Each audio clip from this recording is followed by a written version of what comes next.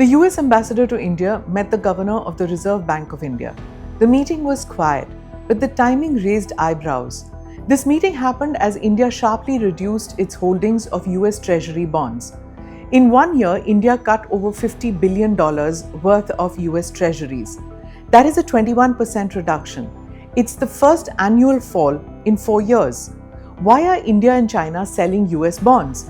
Is India cutting US exposure? Is it a move towards de-dollarization? This is Quick Take, your quick guide. I am Smita Prakash.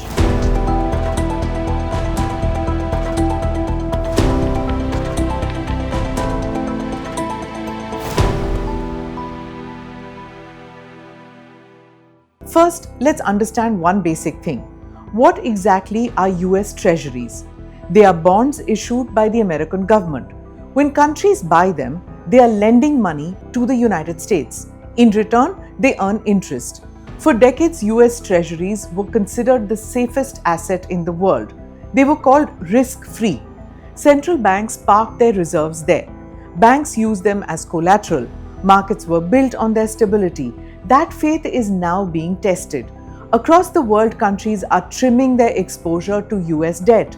China's holdings of US Treasuries are at a 17-year low. Brazil too. India is part of this broader trend. The US government debt has exploded.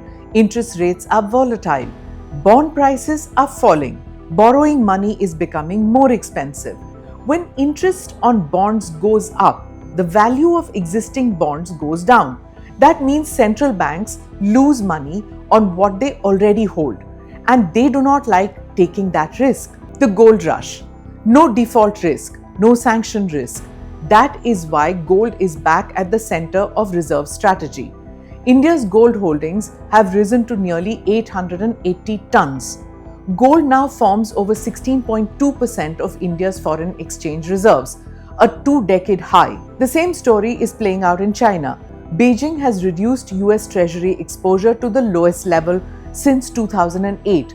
At the same time, it has bought gold for 14 straight months. The lesson? After sanctions on Russia, many countries learned a hard lesson. Dollar assets can be frozen.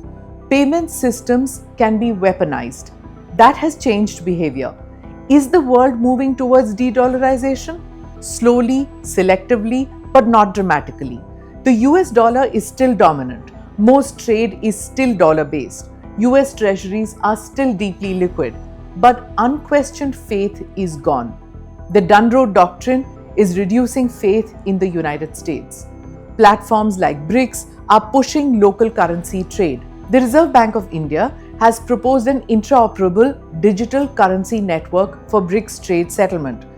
India today is more confident, more diversified, and less dependent on any single asset or country. This is not anti-America, this is pro-stability. In a world where volatility and uncertainty are the new norms, India is hedging its bets, as are other countries.